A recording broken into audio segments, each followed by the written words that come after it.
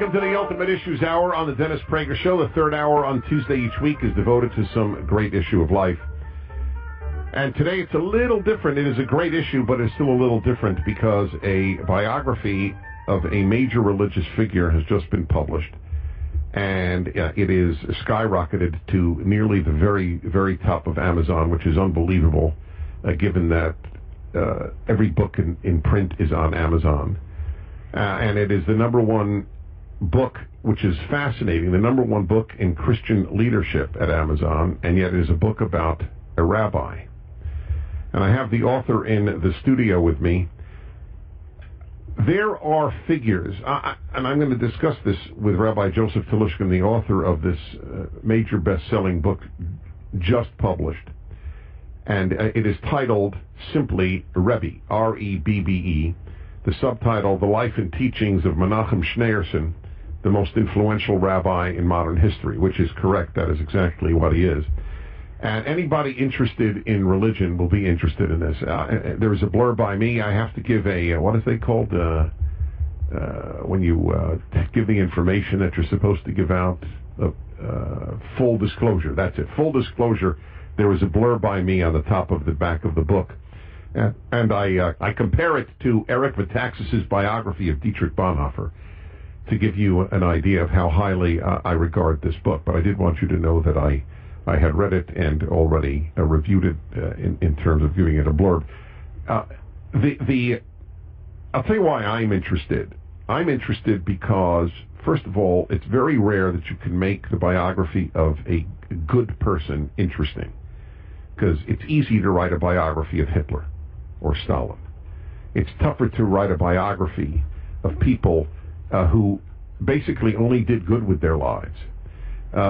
Secondly, I'm also interested in the individuals, like a Mother Teresa, these rare individuals who seem to have a contact with God that, frankly, I don't have. Well, I'm a deep believer in God, but I don't think that I have what he had, what this man, this Rabbi Schneerson, known as the Rebbe. So we have this massive new book, biography, and I don't care if you have no religion, you're Christian, Jewish, Muslim, anything, you will find it riveting. And I didn't expect to find it riveting, to be perfectly honest. I thought it would be interesting. I didn't think it would be riveting. He did a magnificent job, Joseph Telushkin. So, Rabbi Telushkin, welcome once again to the Dennis Prager Show. Dennis, I'm very, very happy to be here, and I'm very touched that you did find the book riveting. Well, how many years did you work on it? 5 years. And that's pretty much what you did for 5 years. It was like a rolling snowball. As it got deeper into the 5 years, it was consuming me more and more. And, there were so many stories that circulated about the Lubavitcher Rebbe, as he was known. And I was very determined to only put those in that I could get documented, because a lot of them turn out to be fictional. And I didn't want to use anonymous material. I wanted to use documented stories, and they become very powerful because just the examples, he would answer people with such brief common sense. When the young Jonathan Sacks, who later became the chief rabbi of England, is really one of the major Jewish thinkers of our time. He's 20 years old, he's sitting with the Rebbe, and he says, I found myself in a situation recently, and the Rebbe said, don't use that expression. You placed yourself in a situation. Because if you can place yourself in one situation, then you can place yourself in another situation. That's one of the big things that I got out of the book, was the man's wisdom, his ability to read your life better than you did. Right. And to empower people. See, this is fascinating. At that same conversation with Sacks, and Sacks at the time was majoring in philosophy at Cambridge University, the Rebbe challenged him to do work also within the Jewish community. But when he left the meeting, he said, I realized something. A good leader creates followers. A great leader creates leaders. And see, that's a great line. That's another great line. That's why Christians are reading this book as much as Jews. As I said, it's number one at Amazon on Christian leadership. The book, again, Rebbe, R-E-B-B-E, it's up at DennisPrager.com. I ask this to biographers in general. I'd love to, and I don't know your answer on this as well as I know you. Did you go in with a certain impression and come out with a different one? Or basically what you suspected is what you ended up with? I went in with a high regard for the Rebbe. As I put it to somebody, I said, why else would I want to spend 5 years of my life researching a person's life? Because you come in a sense to live with that person's life, with that person's mind, so you want it to be somebody you think you can grow from. He came out to be a more subtler thinker than I realized. I went in with areas of disagreement with the Rebbe that I retained. I had been very involved in the Soviet Jewry protest movement, and the Rebbe insisted on the need for behind-the-scenes diplomacy. Rather than demonstrations. Right, rather than demonstrations. I came to understand his position better. I came to appreciate that there were instances where that could be helpful. But what I did not expect to find, to the extent I did, was his enormous impact one-on-one on people, which was rooted in this tremendous common sense. He would just pick up on something. There had been a certain person who had been part of the Hasidic movement, a major figure, and he'd had a falling out and had sort of left Chabad, left Lubavitch. And he was speaking with another rabbi in Lubavitch a few years later and said, do you know so-and-so? And he said, oh, he's my friend. And then the Rebbe said to the second man, how is it by him? Is he getting along okay financially? And he said, well, that I don't know. He said, so the Rebbe said to him, how can you say you're his friend and you don't know how he's doing financially? Mm-hmm. And here was somebody who had been, in many ways, had left Chabad, but the Rebbe... Chabad is the movement of Jews that this man, the Rebbe, headed. I just want to explain each term here for people. So he would just take the conversation in a different direction. You're asking something regarding Christian listeners, Jewish listeners, all listeners. He gets a letter from one of his emissaries in New Haven, and the man's very unhappy. He's feeling overwhelmed, and he says to the Rebbe, he said, you, please just take over. This rabbi's name was Rabbi Hecht. And he said, you just take over and make the decisions for me. And the Rebbe writes him back a letter. I have already made the decision. I've done as you asked. I sent Rabbi Hecht to New Haven. It is apparent from your letters, both this and the previous one, that you don't yet know him. You don't know the strengths that were given to Rabbi Hecht. You should at least try to get to know him now, and everything will immediately change. In other words, he tried to empower people. He put it back in their hands. A rabbi comes and asks him for a ruling on a legal issue. He says to him, you're a rabbi, you can decide as well as me. Mm-hmm. And he sends him back to make the decision. So there were times when people really did need advice, but he could discern when they didn't, when they could do it on their own. Can you tell the story, the one, not the one, but one that sticks in my mind? I actually read it to friends of mine. Was where I think the man was from Maryland, a doctor from Maryland who called for advice. Yeah, that story is quite remarkable. There was a young man of about 30. He was 30 at the time. His name was Tzvi Hirsch Weinrib, and he was an ordained rabbi himself, but had decided and had gotten a PhD in psychology. Was working as a school psychologist. Used to give classes in Jewish texts in the evening. Had already had a family with children, and he went, he said, into an early midlife depression. He was only 30. And he called up the Rebbe's office and was connected to the Rebbe's top aide, Rabbi Chodakov, and they start speaking, and at a certain point he hears in the background another voice, and he realized it was the Rebbe, who was obviously following the conversation. Oh, you'll tell us the rest when we come back. It's got a punchline that is quite remarkable. Again, there are a handful of saintly humans. I am convinced that this man was a man known as the Rebbe. A major biography has been published. It is irrelevant whether you are of faith or no faith or what's your faith. That's why I keep noting that it's number one on Amazon in Christian leadership books. The author is Rabbi Joseph Telushkin. This is the Ultimate Issues Hour on the Dennis Prager Show. We continue.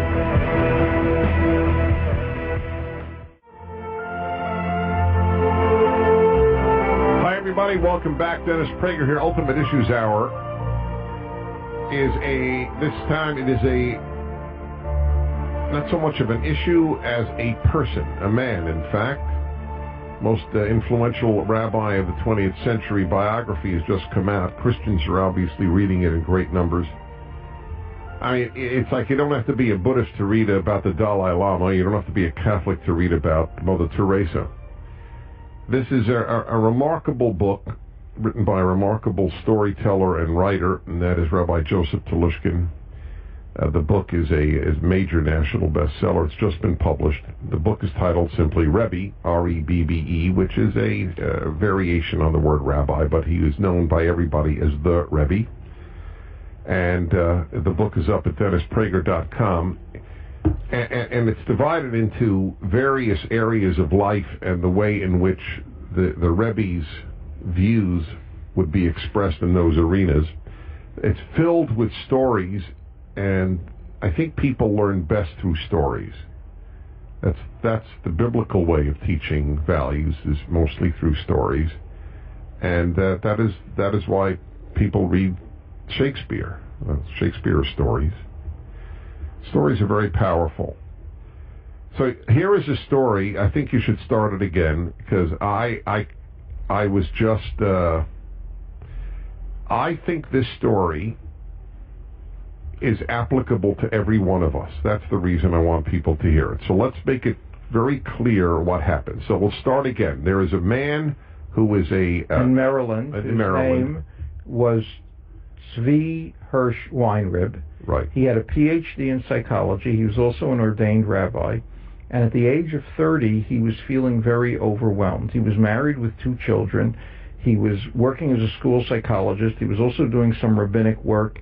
He had family issues. He was suddenly having some issues of faith, of doubt.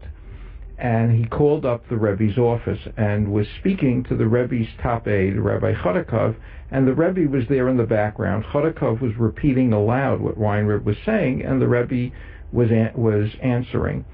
And he was expressing his problems, and at a certain point he asked to meet with the Rebbe. And he hears the Rebbe saying, tell him that there's a Jew in Maryland, because he had said he came from Maryland, whose name is Weinrib, and he should consult with him. And to his utter shock, he calls out, he says, I am Weinrib. And the Rebbe's secretary is utterly taken aback and repeats to the Rebbe, this is Weinrib. And the Rebbe said, if that's the case, he should know that sometimes a person needs to speak to himself. And Weinrib said it transformed his life. He said he had been the sort of person who, whenever he had a problem in life, would immediately start consulting with other people. And he said since then, the first person he consults with is himself. So he asks himself, because sometimes we're the ones best equipped to give ourselves advice. And so sometimes we're the very ones who are best equipped to give ourselves advice. And he went on to have an illustrious career. He's now directing the translation of the whole Talmud into English. He had a very big career, but he credits that short interaction with the Rebbe with really having a transformative effect. That's why I say the book is filled with these things, but this gem stayed with me, and I have the chills. I find it so powerful. In that case, have him talk to himself. That punchline is awesome. Right.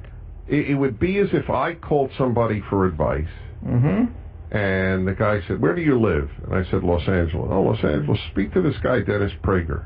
And then the word got to that man. But, This is Dennis Prager. Well, he should talk to himself. Every one of you listening, you may have answers. And you don't realize it. So but he comes up with these gems. There's this rabbi, the Rebbe, constantly. That's what's so amazing. So I have to ask you my larger question. Do you believe, and I don't care what your answer is, I just want to know, do you believe that there really are a sort of handful of people that are more in touch with God than others? Yes, I do. I believe that. I don't want the book to be trying overwhelmingly to explain the Rebbe like that supernaturalistically, because he wouldn't want that either. Right. Because then there would be a tendency. I know. That is not in the book. I believe I'm just asking this. This is an extracurricular question. Okay. I believe that there are people who somehow have an access to a higher wisdom than others. And it's quite possible that if a person leads their life in a certain way and clears themselves of certain other pettinesses, maybe they become a clearer channel for understanding things and seeing things and having more insight. There's another thing that I particularly love, and I would like you don't write about this much, but this is a big deal. My listeners know to me, the issue of happiness. His movement, which is by far the most dynamic Jewish movement in the world today, the Chabad movement, they have what are called Chabad houses all over the world. And I've been in Cambodia, I've been in Morocco, and of course all over the United States. They're amazing people. They're called these emissaries. They radiate a certain joie de vivre, a joy of life. So did the Rebbe. The pictures you see of him are so often he's smiling. You want to comment on that? It's not something in your book, at least not that I remember. There actually is a chapter in the book on it. I identify in the book, and this is one of the reasons why it's important for Jews and non-Jews alike, 7 virtues of the Rebbe, which explain how the movement has continued to have success even since his death. One of them is his insistence on the optimistic use of language. The Rebbe felt that very much the sort of words people use influence them in their daily behavior. While working on this book, I learned one example of it. I stopped using the word deadline. He said the word deadline has such a negative connotation, and what happened then? I started using the word due date. Deadline connotes death, due date connotes birth. So this was very common. The Rebbe met with a group of Israeli veterans known as Nechei Tzahal. They'd all been very badly hurt, and they were called handicapped, the handicapped veterans of the Israeli army. He said, in my experience, people who are handicapped do develop other abilities. It's known that blind people often develop more acute hearing. He says, so it's not only the handicaps, but you also develop certain exceptional abilities. You should be known as exceptional veterans. I remember reading in the aftermath of World War II, a man who had lost both his arms was in sort of tough love, was told by an army officer, this year you're an army hero, next year you're a disabled veteran, the next year you're just going to be a cripple. The language you feed people, the word for hospital in Hebrew is Beit Cholim, which literally means house of the sick. The Rebbe said, no, call it Beit Refuah, house of healing. And it reminded me, my mother told me that when she was growing up, there were hospitals in New York called Home for the Incurables. These are utterly demoralizing terms. They fed themselves, the Rebbe fed people with positive language. The book is Rebbe, R-E-B-B-E, major national bestseller upon publication. Rabbi Joseph Telushkin, the author. I'm Dennis Prager. Ultimate Issues Hour continues. Hi, everybody. Dennis Prager here. Ultimate Issues Hour, third issue on Tuesdays. Third issue. Ultimate Hours show. Ultimate Hours issue. The Ultimate Issues Hour. And it's the third hour on Tuesdays. Talking about a remarkable human being, most powerful, most influential rabbi of the 20th century is a biography of him. Christians are buying the book apparently as much as Jews are, according to what we see on Amazon at any rate. And it is a major national bestseller, just been published, called Rebbe, R-E-B-B-E, 5 years of work on it, and that's all he did in terms of writing. And that's his work. He's a writer and a speaker. Rabbi Joseph Telushkin is the author. We're talking about this man and the lot of the wisdom that came from him. Now he was the what number rabbi of his movement? He was the 7th Rebbe. The movement had started in the late 1700s. Right. Now this is a group of ultra-Orthodox Jews known as Hasidim, and they are different communities, and each one had its Rebbe. Yes, that is so correct. Okay. So he's the Rebbe of the group called either Lubavitch, which is a city in Poland, or Chabad. Lubavitch in Russia, right? Right. Lubavitch was in Russia, not yeah. Poland. Okay. So he now he's the last one because he had no heirs. That is correct. Yes, he was a son-in-law of the 6th Rebbe. Right. Now the amazing thing is the movement has just blossomed with no Rebbe. How do you account for that? I believe he left behind such definite teachings on so many areas. He had been the Rebbe for 40 years. He spoke about a lot. So he modeled behaviors that the Hasidim, his emissaries, can look to his behaviors and know how to act in a given situation. Right. So he inspired and taught and doesn't have to be around, as it were. That is correct. In order for the movement, it is odd though. and it's a credit to him, that it's blossomed after his death. I think it is odd, and I think it's part of what makes the story so exceptional, because the movement really expanded. They now have Chabad houses in 48 of the 50 American states. For purposes of trivia, interested people, in all the states except for South Dakota and Mississippi, and they're planning one soon in Mississippi, in 80 countries.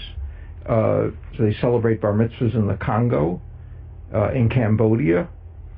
So they've spread everywhere. What happened was, this was the first effort in all of Jewish history to reach every Jewish community and every Jew in the world. No other effort like that had ever been made. This was his idea. And to reach the non-Jews with basic ethical moral teachings based on God. Right. That was one of the reasons why the Rebbe favored non-denominational prayers in public schools. He didn't want Bible readings in public schools because he said, Jews would have issues with the New Testament. Jews and Christians alike would have issues with the Quran. So he didn't want that, but he wanted a non-denominational prayer acknowledging that there is a God and before whom we are all responsible. He wanted people to feel that personal commitment. He had grown up in Russia during the time of the communists. He had then studied in Berlin during the time of the Nazi rise to power. And he wrote, he was very aware what happens when people don't feel a personal responsibility and a personal sense of responsibility before God. And in that regard, he loved American culture. He loved the fact that America was, in a sense, a God-based society, but it was not denominational. He had a beautiful term for America, didn't he? Wasn't he? A malchut shel chesed. Yes, a king. It literally means a kingdom, a nation of kindness. Yes. And it was very interesting. One of the people I interviewed in doing the book was Gary Bauer, who was a domestic policy advisor to Ronald Reagan. And there was a series of letters between the Rebbe and Reagan. And like most people going into the book, I assumed that one of Reagan's aides would write this letter, and it would be one of dozens of letters put in front of the president, and he would sign the letter. Gary Bauer told me that whenever President Reagan got a letter from the Rebbe, he would take it up from the Oval Office to his private residence and come back the next day with his response. Handwritten. I'm assuming it was handwritten. I think or dictation. Yeah, or either way, yeah. Right. We'll be back in a moment. The book is Rebbe, R-E-B-B-E, about the most influential rabbi of the 20th century. Back in a moment. Hello, everybody. Dennis Prager here. I have always loved biography, and I've always loved religion, so you can imagine how I love religious biographies, if they're well done at any rate. And a major new one, which is skyrocketed to nearly the top of Amazon, is titled Rebbe, R-E-B-B-E, just published. HarperCollins put it out. Rabbi Joseph Telushkin is the author. And how many books have you written now? I think this is the 19th.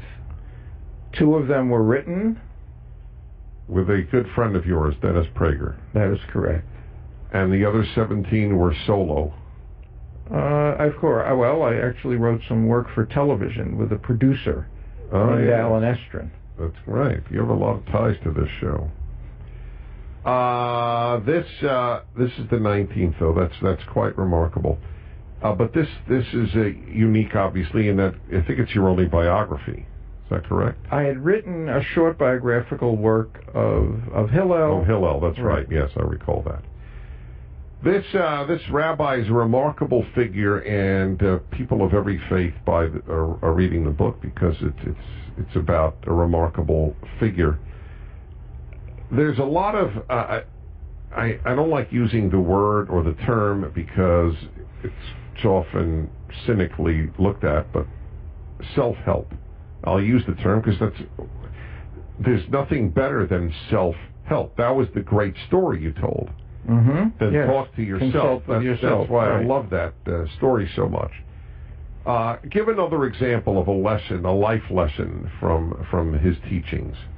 Well, if you start with the expression and ask people to complete it, anything worth doing is worth doing. We've all been heard it was worth doing well. The Rebbe's teaching really was anything worth doing is worth doing now. So in many instances where people would say they would get to something tomorrow, he wanted to get permission from the South African prison authorities. He was working with a chaplain from South Africa to allow Jews to light Hanukkah candles, because it wasn't allowed there. And the Rebbe said, you know how much it means to a person in prison to be able to light a candle and have a little light in the darkness of the prison? It was a day before Hanukkah, and the South African rabbi was with him in Brooklyn and said, next year I'll take care of it. He said, call the prison official now.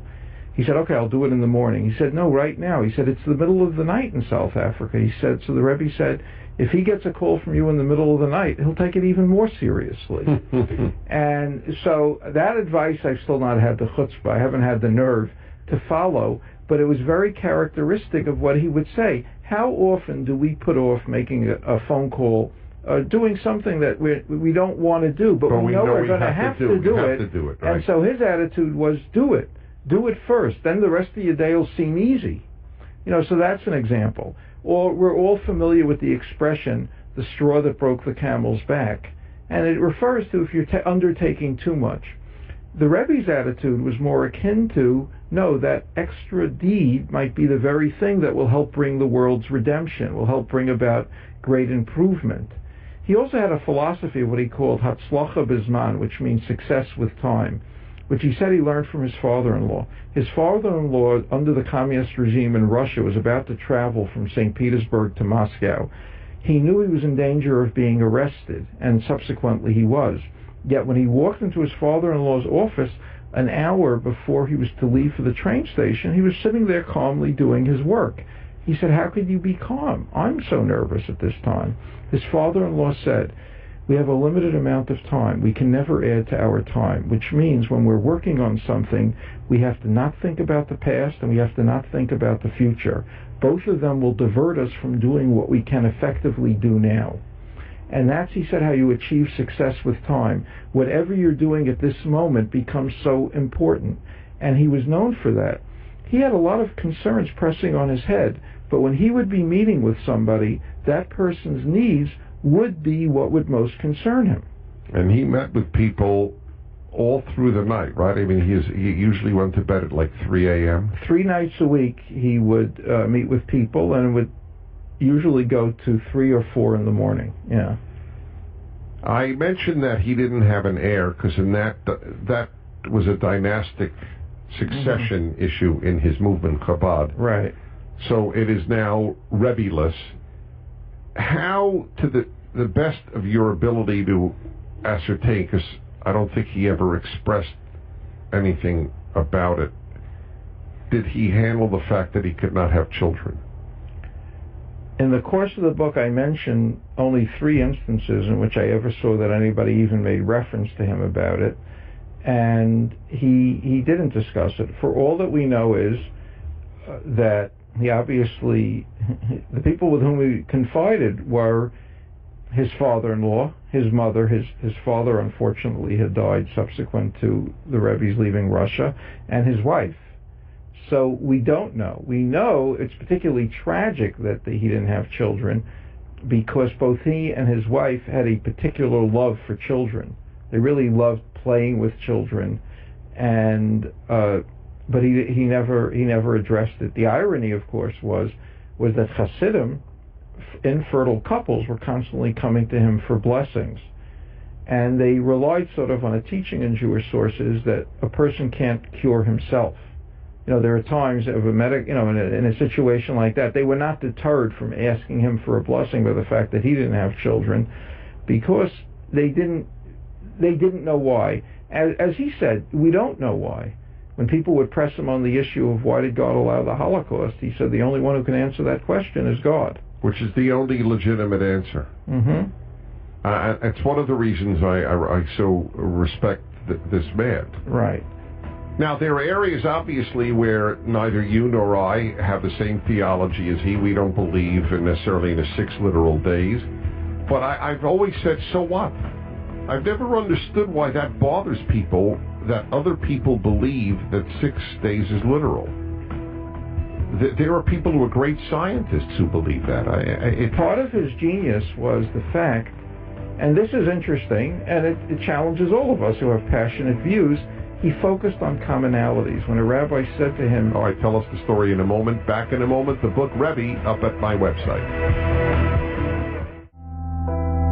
Hi, everybody. Dennis Prager here. If you want to be inspired, there's an inspiring biography just published.